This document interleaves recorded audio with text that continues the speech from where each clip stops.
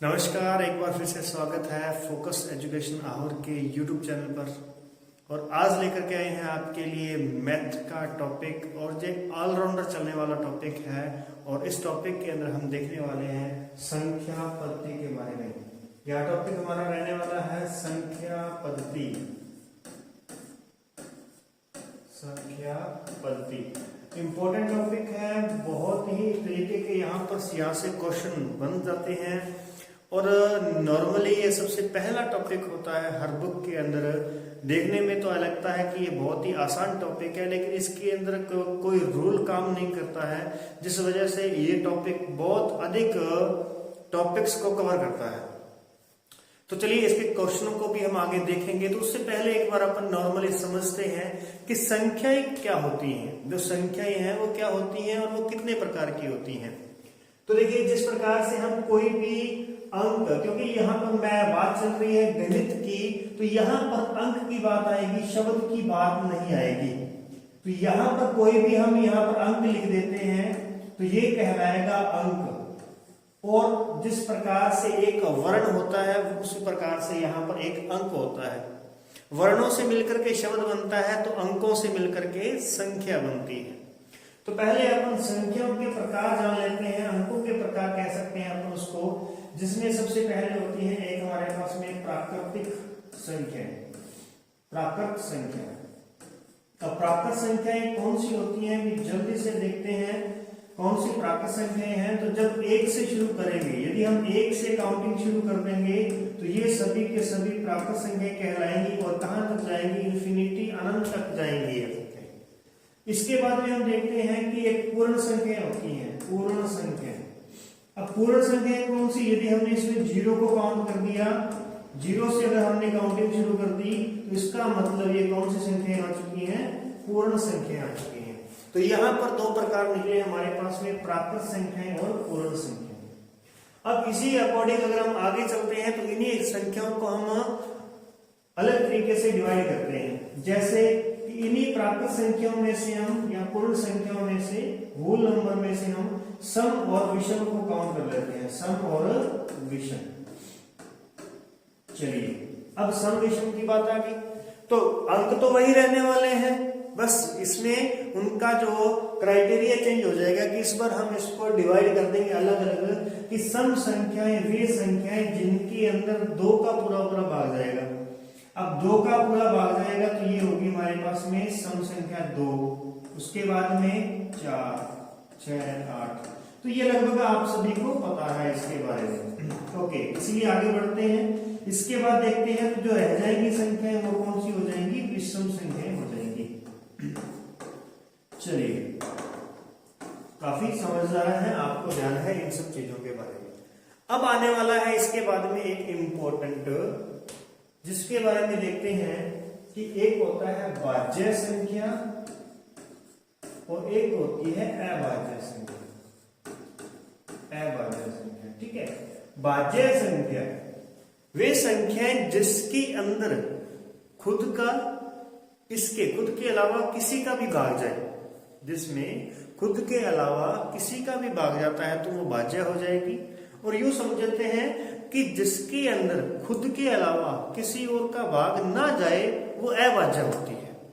दोबारा से देखिएगा, जिस संख्या के अंदर स्वयं उस संख्या से ही भाग जाए और किसी से भाग ना जाए वो अभाज्य संख्या है।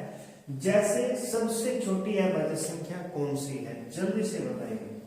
जल्दी से वीडियो को पॉज करें और जल्दी से कमेंट करके बताएं कि हमारे पास में ये कुछ इस प्रकार की संख्याएं होती हैं। इसमें से आप जल्दी से बताएं कि कौन सी संख्या अभाज्य संख्या है। पहली अभाज्य संख्या मुझे चाहिए। पहली अभाज्य संख्या कौन सी होती है?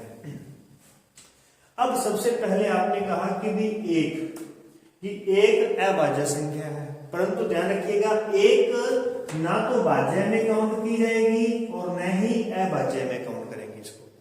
तो इसका मतलब एक को तो रहने दो, एक तो छोड़ दो। इसके बाद आती है बारी 2 की। अब क्या 2 के अंदर खुद के अलावा, यानी 2 के अलावा किसी और का भाग जाता है? तो नहीं जाता। इसका मतलब 2 क्या हुई हमारे पास में? अभाज्य संख्या हुई, पहली अभाज्य संख्या। उसके बाद में यह भाज्य संख्या कौन सी है? 3। अब 3 के अंदर खुद के अलावा किसी का भाग नहीं जाता। इसके बाद में आता है 4। अब 4 के अंदर 4 का भाग तो जाता ही है, साथ ही 2 का भी जाता है। इसका मतलब ये कहा जाएगी भाज्य पर जाएगी। और इस प्रकार से आप यहां पर 3 क्वेश्चन अपने यहां पर बन जाते हैं। पहली अभाज्य संख्या 2, पहली विषम अभाज्य संख्या तो 3। ध्यान रखिएगा, पहली अभाज्य पूछे तो 2 आएगा, पहली विषम अभाज्य पूछे तो 3 आएगा, क्योंकि ये विषम है। तो ये कौन सी है? सम। यहां से एक क्वेश्चन और निकल गया कि एकमात्र सम संख्या जो अभाज्य होती है, एकमात्र सम संख्या जो अभाज्य होती है तो 2, इसके अलावा कोई भी सम संख्या अभाज्य में नहीं आएगी।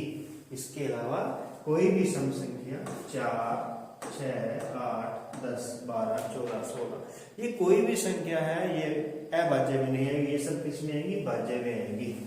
तो अभाज्य में कौन सी आती है? तो 4 के बाद में आएगा 5, अभाज्य में आ गया। 6 यहाँ पर आ गया, 7 यहाँ कर देंगे, 8 यहाँ पे हो गया। अब 9 यहाँ नहीं करना है, ध्यान रखिएगा। 9 यहाँ नहीं आएगा, अभाज्य में नहीं आएगा, क्योंकि 9 के अंदर 3 का भी भाग जा रहा है, इसलिए 9 भी किसमें चला गया? भाज्य में। 10 चला गया, इसके बाद 13 आ गया, यहाँ 14 है, 15 है, 16 है, और यहाँ पर आ गया 17। इसी प्रकार से 18 यहाँ पे चला गया, 19, 20, 21, 22, यहाँ पर कौन सा आ गया? 23, यहाँ आ गया 24, और यहाँ आ गया 25। इस प्रकार से हमने 25 तक की काउंटिंग की। 25 तक की काउंटिंग में हमने पाया कि जो अभाज्य संख्याएं होती हैं, अभाज्य संख्याएं 25 तक कितनी होती हैं? 9 होती हैं। 50 तक कितनी होती हैं? तो 50 तक याद रखिएगा 15 होती है। और 100 तक जब हम काउंट करेंगे तो 100 तक अभाज्य संख्याएं कितनी होती हैं? तो 25 होती है। 100 तक अभाज्य संख्याएं 25 होती हैं। तो जल्दी से कमेंट में बताएं कि 100 तक भाज्य संख्याएं कितनी होती हैं? 100 तक भाज्य संख्याएं कितनी होती हैं? तो ये बात होगी। इसके बाद में आपका जो होमवर्क रहेगा वो यही है कि 100 तक अभाज्य संख्याएं ढूंढकर आपने लिखनी है कि कौन कौन सी संख्याएं अभाज्य होती हैं। और आपको क्राइटेरिया बता दिया कि 25 ही होती हैं। मतलब आप 25 से अगर अधिक निकाल रहे हैं ना, तो कहीं ना कहीं आपने भाज्य संख्या को काउंट कर लिया है। इसीलिए याद रखना उसको, और काउंट करके पूरे 25 मुझे चाहिए। कल तक आप 25 की 25 संख्याओं को काउंट करके मुझे बताएंगे कि ये संख्याएं जो हैं अभाज्य संख्या होती हैं। चलिए, तो यहां पर हमने देख लिया भाज्य अभाज्य। इसके बाद में जो इससे भी इंपॉर्टेंट पॉइंट हमारे पास में आता है वो है परिमेय और अपरिमेय। परिमेय और अपरिमेय संख्याएं। क्या आ गया? परिमेय और अपरिमेय संख्याएं हमारे पास में आ रही हैं। बता दीजिए जल्दी से भी क्या डेफिनेशन रहेगी। तो सिंपल सी भाषा में अपन इसको समझते हैं।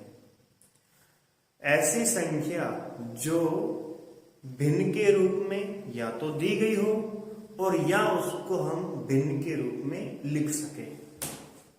क्या समझे? भिन्न, भिन्न के रूप में हो या लिखा जा सके, लिखा जा सके। अब सबसे पहली कंडीशन, जो सबसे पहला पॉइंट है हमारा, उसको क्लियर करते हैं। भिन्न क्या है? भिन्न वह संख्या है जिसके अंदर एक अंश होता है और एक हर होता है। भिन्न वह संख्या है जिसके अंदर एक अंश होगा और एक हर होगा, तो वो भिन्न होगी। और जो भिन्न के रूप में हमें पहले से दे रखी है वो परिमेय होगी। या जिनको हम भिन्न के रूप में लिख सके वो क्या होंगी, परिमेय संख्याएं होंगी। चलिए देख लेते हैं। अब यहां पर सबसे पहले बात इसी की करते हैं कि 4, मैंने लिख दिया यहाँ पे 4, क्या ये परिमेय संख्या है? अगर ये परिमेय संख्या है तो भिन्न के रूप में लिख करके दिखाओ, और अगर भिन्न के रूप में नहीं लिख पाएंगे तो ये क्या बन जाएगी, अपरिमेय संख्या बन जाएगी। तो अब इसको भिन्न के रूप में कैसे लिख सकते हैं? तो जब आपको कहा जाता है कि 4 लिखो तो हम इस प्रकार से 4 लिख देते हैं, और जब कहा जाता है 4 का उल्टा लिखो, ठीक है, यानी 4 का विलोम लिखो या 4 का व्युत्क्रम लिखो, तो तब कैसे लिखा जाता है इसको, 1/4। 4 का व्युत्क्रम कैसे लिखा जाता है, 1/4 लिखा जाता है। इसका मतलब क्या हुआ कि ये 1 जो है ये कहां से है? जब आपसे कहा 4 का उल्टा लिखो, 2 का उल्टा लिखो, 2 का उल्टा कितना होता है, 1/2 होता है। 4 का उल्टा कितना होता है, 1/4 होता है। 3 का उल्टा 1/3 होता है। तो ये 1 कहां से आ रहा है? अगर 1 नीचे है इसके तो ही ऊपर आ रहा है ना।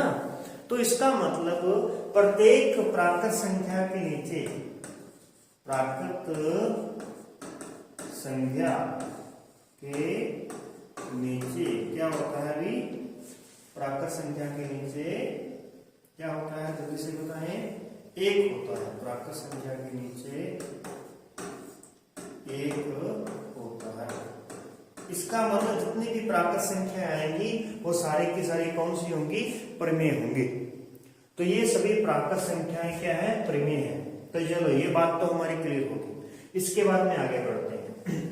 यदि हमें दिया जाएगा 2.5, क्या ये परिमेय संख्या है?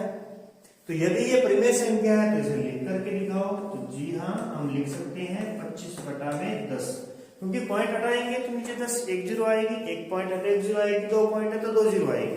तो इसका मतलब 25/10, तो ये क्या बन गया हमारे पास में, परिमेय संख्या बन गई। ऐसे ही और देख लेते हैं। तो और हमारे पास में संख्या जैसे हमें दे दिया गया √4 है, √9 है, क्या ये परिमेय संख्या है? तो देख लेते हैं। √4 इसका मान कितना आएगा, 2, √9 इसका मान कितना आएगा, 3, और ये 2 3 ये कौन सी है, प्राकृत संख्या है। और यदि ये प्राकृत संख्या है तो प्राकृत संख्याएं सारी की सारी परिमेय होती हैं। प्राकृत संख्या क्या होती हैं, परिमेय होती हैं। चलिए ये बात भी क्लियर होगी। इसके बाद में और देखते हैं। तो प्राकृत संख्याएं परिमेय हुई, 2.5 लिखा तो 25/10 बन गया। एक इसी के साथ और देखना कि पाई का जो मान होता है, पाई का मान होता है 22/7। 22/7 हमारे पास में पाई का मान होता है। तो इसमें आप देखेंगे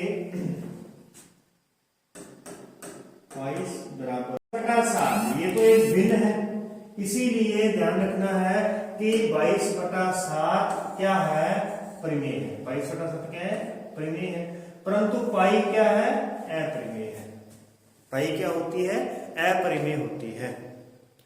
तो चलिए ये क्लियर होगी बात आपकी, क्योंकि पाई को हम भिन्न के रूप में नहीं लिख सकते, और पाई का मान 22/7 है, जो कि एक भिन्न के रूप में ऑलरेडी दिया गया है। तो इसका मतलब 22/7 तो परिमेय संख्या है और पाई क्या है, अपरिमेय संख्या है। इसके बाद में बात आती है हमारे पास में, बहुत ही इंपॉर्टेंट पॉइंट है, कौन सा, कि जब आपको दिया गया 0.2 तो आपने लिख दिया 2/10, 2/10 लिख दिया आपने यहाँ पे। और जब आपको दिया जाएगा 0.2 के ऊपर यहाँ पर लगा दिया गया बार, इसका अर्थ होता है 0.222, यानी ये कहां तक जाएगा, अनंत तक जाएगा, इसका कोई एंड नहीं है। इस बार का मतलब है कि हमने इसको डंडे से रोका हुआ है, वरना ये कब का भाग जाता है यहां से। तो ये बार का मतलब ये समझेंगे कि जिसके ऊपर बार लगा है, समझ लेना कि वो संख्या बहुत ही रिपीटेबल है, बहुत ज्यादा रिपीट होती है, बहुत ज्यादा बार वो रिपीट हो रही है। तो हमने इसको डंडा लगा करके रोक दिया। लेकिन क्या ये परिमेय है? अगर परिमेय है तो हमें इसको भिन्न के रूप में कन्वर्ट करना पड़ेगा, और परिमेय अगर कन्वर्ट नहीं कर पाएंगे तो ये अपरिमेय हो जाएगी। तो चलिए देखें, नॉर्मली जब हमें पॉइंट दिया होता है और उसके बाद में ओनली एक संख्या दी गई है तो हम 10 लगा देते हैं। जब ऊपर बार लगा होगा ना तो यहां पर ध्यान रखेंगे आप इसको कैसे भिन्न बनाएंगे, 2/9 लिख करके भिन्न बनाएंगे। जैसे पॉइंट 25 था तो हमने लिखा 25/100, और जब हमें कहेगा पॉइंट 25 के ऊपर बार लगा दिया, अब दोनों डिजिट के ऊपर बार लगा है तो तब आप इसको कैसे लिखेंगे, 25/99। इसी प्रकार से 3 डिजिट के ऊपर बार लगा होगा तो क्या आंसर आएगा, तो 3 के नीचे 999 आएगा, 4 के नीचे 4 बार 4 आएगा, 9 आएगा। तो इस प्रकार से हमारे पास में संख्या रहेगी। और अगर एक संख्या के ऊपर बार आ जाए तो कैसे करना है अपने को, तो और मतलब कि संख्याएं अपने को दो दी, यानी कि 25 की बजाय अगर ओनली 5 के ऊपर बार दिया होता, ओनली 5 के ऊपर दिया होता आपको बार, तो 2 का हम क्या करते, ये क्वेश्चन हम छोड़ते हैं नेक्स्ट क्लास के लिए, क्योंकि ये हमें भिन्न वाले टॉपिक में जाकर के इसको अच्छे से क्लियर करना है। जिससे संबंधित जिनको इस टॉपिक को समझना है वो इस टॉपिक को देखेंगे, जिन्हें भिन्न का टॉपिक देखना होगा वो वहां पर इसके डाउट को क्लियर कर लेंगे। अब इसके बाद में जस्ट अपन जल्दी से इसको पूरा करते हैं कि अगर हमारे पास में पॉइंट के बाद में संख्या रिपीट नहीं हो रही है, कुछ अलग ही टाइप की संख्या चल रही है और ये अनंत तक जाएगी, तो हम नहीं कह सकते कि ये कहाँ रुकने वाली है, हम ये नहीं कह सकते कहाँ रुकेगी, क्योंकि इसके पीछे डॉट लगा हुआ है। अगर हमें सिर्फ इतना ही दिया जाता कि 0.12745 इस प्रकार से दिया जाता और इसे रोक दिया जाता है यहाँ, तो हम इसे भिन्न कैसे बना लेते कि हम देखते कि 1 2 3 4 5 यानी 5 डिजिट के आगे पॉइंट लगा है तो हम नीचे 5 0 लगा देते। लेकिन यहाँ पर तो क्या है, उसके बाद में डॉट, यानी ये क्या पता कहां पर जाकर रुकेगा हमें नहीं पता, अनंत तक जाएगा तो हम इतनी 0 नहीं लगा सकते। इसका मतलब हम इसे भिन्न नहीं बना सकते, और भिन्न नहीं बना सकते तो ये किस में जाएगा, ऐप में जाएगा। तो ये थी कुछ संख्याएं और संख्याओं के प्रकार। आज की क्लास के अंदर फिलहाल इतना ही, एक रूटीन के साथ में बने रहिएगा। मिलते हैं नेक्स्ट क्लास के अंदर, तब तक के लिए धन्यवाद, जय हिंद।